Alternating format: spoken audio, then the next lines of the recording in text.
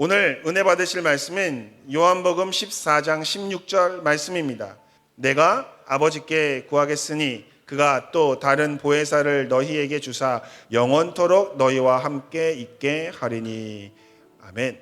저는 이 말씀을 근거로 검사와 변호사라고 하는 제목으로 말씀을 잠시 나누도록 하겠습니다. 검사나 변호사는 TV에서 자주 등장합니다. 변호사와 검사는 선망의 직종이기도 합니다. 그래서 보통 검사는 정의의 수호자 역할을 하고요, 변호사는 의뢰인을 보호하는 역할들을 하는 직종으로 알려져 있습니다. 세상에서는 되게 좋은 직종인데 성경에서는 그렇게 좋은 의미는 아니에요. 이 검사라고 하는 헬라어가 카테고로스, 참소하는 사람이라는 뜻으로 사용되어집니다. 밤낮으로 하나님 앞에 우리의 잘못을 고발하고 우리의 잘못을 들춰내는 자, 그게 바로 검사의 의미입니다. 그러니까 성경에서 검사는 사탄이에요.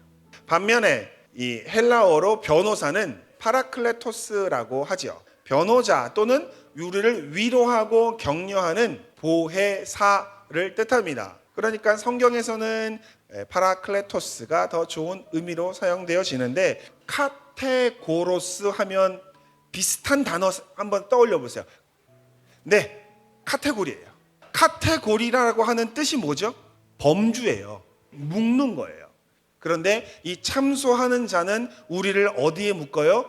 죄인으로 묶어냅니다. 우리가 죄인이라고 칩시다. 그러면 우리 안에 착한 마음이 있을까요? 없을까요? 선한 마음이 있을까요? 없을까요? 하나님을 향한 마음이, 주님을 향한 마음이 있어요? 없어요? 있어요. 그리고 죄를 짓는 연약한 마음이 있어요? 없어요? 두 개가 있으니까 이건 착한 사람이에요? 나쁜 사람이에요? 어디에 묶느냐에 따라 다르죠. 그런데 예수님은 내가 사랑하는 자로 묶어요. 그런데 사탄은 어디를 묶어요? 세상을 사랑하는 자로 묶어버린다는 거예요. 근데 여기서 중요한 게 뭐냐면, 우리가 하나님을 믿는 믿음으로 살고 있지만 잘못된 행동들을 합니다. 죄를 저질러요. 아, 내가 또 죄를 지었구나 라고 생각을 하면서 죄책감을 갖게 되죠. 죄책감을 느꼈다는 것은 이 안에 죄를 느끼는 마음이 있다는 거예요.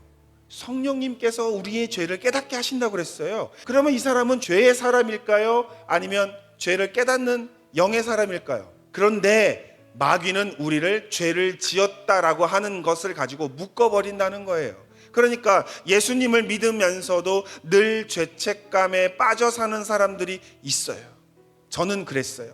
아침에 저희 교회, 동네 교회 예배가 9시면 예배를 드려야 되는데 꼭 그때 톰과 제리가 저의 발목을 잡았습니다. 죄인으로 살았어요. 초등학생이. 그리고 꼭 예배 드리러 갈 때 구멍가게가 있어요. 헌금을 하라고 동전을 주셨는데 이 동전을 반을 쪼개고 하드를 사 먹으면 하드를 먹을 수 있었어요. 그래도 안 먹고 집에 있는 것보다 먹고 교회 가는 게 낫다. 스스로 위안을 하면서 예배를 갔었어요. 나는 하나님의 헌물을 도둑질한 도둑놈이야. 4학년 5학년 되니까 이제 동네 오락실이 눈에 보이기 시작했어요. 오락을 했습니다. 나왔는데 가슴에 죄를 지었다라고 하는 생각이 되니까 또 죄인으로 살았어요.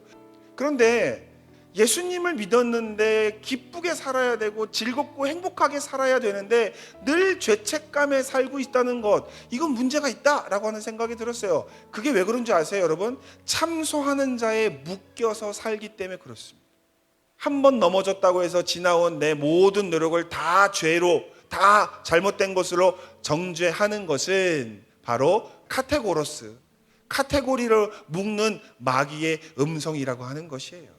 예수님은 우리의 연약함을 아시기 때문에 우리를 격려하시고 힘주시는 분이시지, 넌 죄인이야, 너 또 그랬지, 너 맨날 그래, 이렇게 우리를 정죄하는 분이 아니라는 거예요.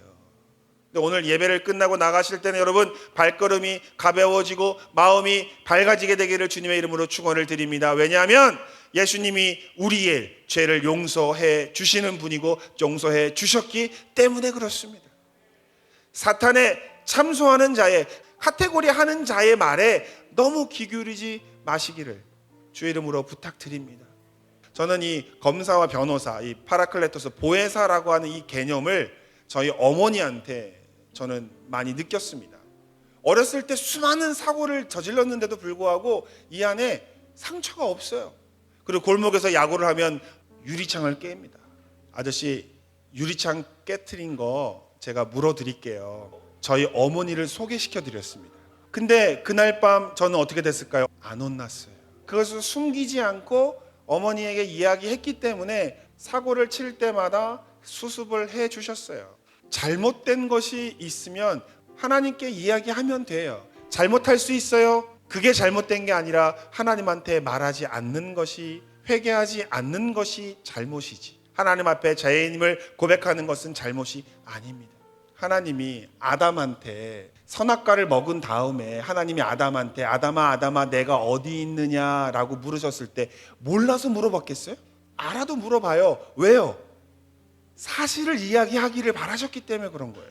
여러분, 성령님께는 숨김없이 마음의 모든 것을 다 이야기하시기를 주의 이름으로 축원을 드립니다. 왜냐하면 그분은 우리를 보호하시는 분이요 격려하시는 카운셀러이기 때문에 그렇습니다. 보혜사 성령님은요, 우리를 도우시는 하나님이라고 성경에 이야기하고 있어요. 우리 요한복음 14장 26절에 보면 이런 말씀이 나옵니다. 보혜사 곧 아버지께서 내 이름으로 보내실 성령, 그가 너희에게 모든 것을 가르치고 내가 너희에게 말한 모든 것을 생각나게 하리라. 제자들이 있었던 그 시대에는 교회라고 하는 건 없었어요. 그러니까 처음 생긴 조직이에요. 교회란 무엇이냐? 몰라요. 교회가 어떻게 해야 되느냐? 몰라요. 그래서 예수님이 한 가지 원칙을 말씀하신 게 뭐냐면 성령님을 의지하라는 거였어요. 성령님을 의지해서 성령과 함께 걸어가라 라고 하신 말씀이 바로 오늘 요한복음 14장 말씀인 거예요. 교회뿐만 아니라 우리의 삶에도 해당되는 말씀이라고 저는 생각해요. 왜냐하면 교회에 대해서 아무것도 몰랐던 제자들에게 주신 해답이 성령이었거든요.